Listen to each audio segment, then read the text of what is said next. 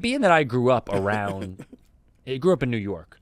I've been around diversity my whole life. Never called it that in my life. I love New York white kids for that reason. Right, so my life is naturally diverse, right? So if I was casting a movie, it would just naturally represent what I'm around and who's funny.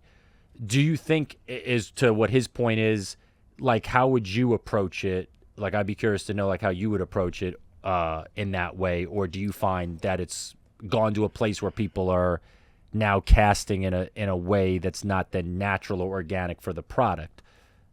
Does that make sense? No, it makes perfect sense. So, to his point, that's a funny bit, by the way. Yes. Mocking, obvious efforts to be diverse. Not genuine, right? NBC typically gets it wrong the most. Their efforts have been comical for the last 20 years, creating diversity. But what I generally find is when those diverse efforts fail miserably, it's because the executives in charge of packaging and stewarding the show are just not organically diverse people themselves. Yes. Right. Right. So they kind of live in a creamsicle box Right. that they've created for themselves, where they go to weddings where there's everybody looks like them. They go to workplaces where everybody looks like them. They go to dinners with their spouses where everybody looks like them. And then they get up in the morning and then they go work on the new diverse show that we're working on. Right. And then that's why the show doesn't work, because it's an exercise for them as opposed to being anything that's organic and fluid. So typically, if something is diverse, like let's say, a show like The Bear, okay? Like, clearly that's written by people who have been in enough commercial kitchens to represent diversity organically. Like, everybody at every station is what you would kind of normally see. And then what's awesome about that, too, is they didn't take the brown people and shove them to dishwashing status just in the background. They actually gave them roles. They let them speak. But the creators of the show, I will guarantee you, without ever having met those creators, they are authentically representing what that commercial kitchen universe looks like.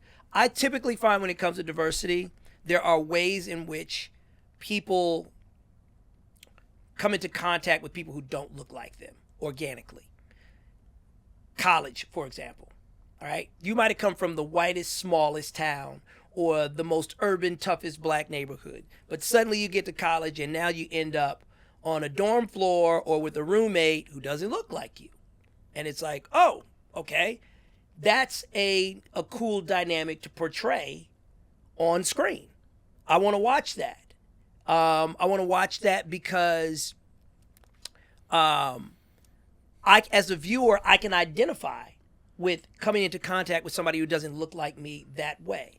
At a sporting event, in a workplace, depending on the workplace. Every workplace kind of has its cliche, optics for who works here. And it's also nice to be taken into, like, that was the great achievement with Boomerang. Shout out to Eddie Murphy again. That's somebody that you and I both admire. Love that movie. Eddie Murphy wanted to show a, Essence magazine level workplace where you saw black executives at work every day making decisions about perfumes and different products that were going out. And when he did that, all of the non-diverse executives said, that doesn't exist, Eddie. So, this movie can't make $100 million because that doesn't exist and nobody's ever seen that before. And to Eddie's credit, he's like, no, it exists. It just doesn't exist to you. And I'll prove it to you. So the thing about diversity that I love, because I'm such a proponent of it, like, because you even know my wedding. Like, I rarely ever talk about my wedding.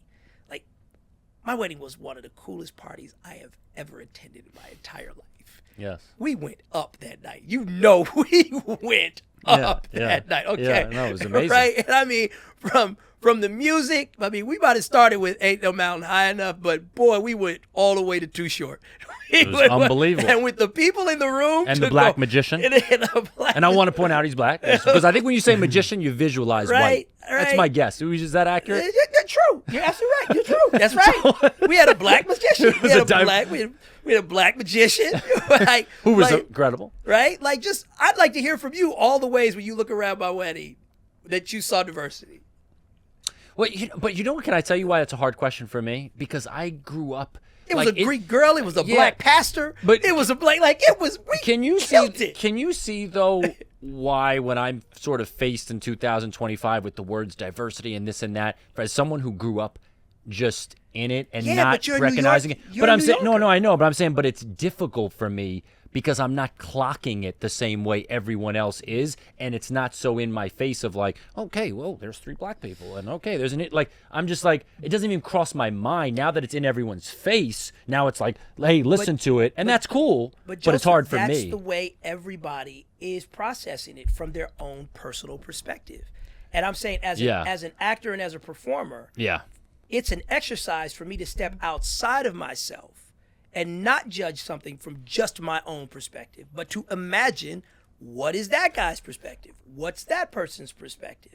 So yes, I know you grew up in New York, shoulder to shoulder, subways, public transportation, standing on the corner, Puerto Ricans, Dominicans, everybody, et cetera, et cetera. So that's why I said, oh yeah, I love city white kids in New York because they gonna learn how to act because they gotta stand shoulder to shoulder with people who don't look like them. But if you grew up in Iowa or South Dakota or whatever in some small town, you can start to form ideas about people who don't look like you that are completely false and absolutely insane.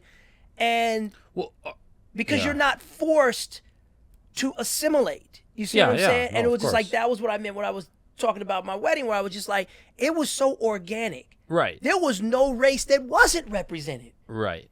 And the crowd.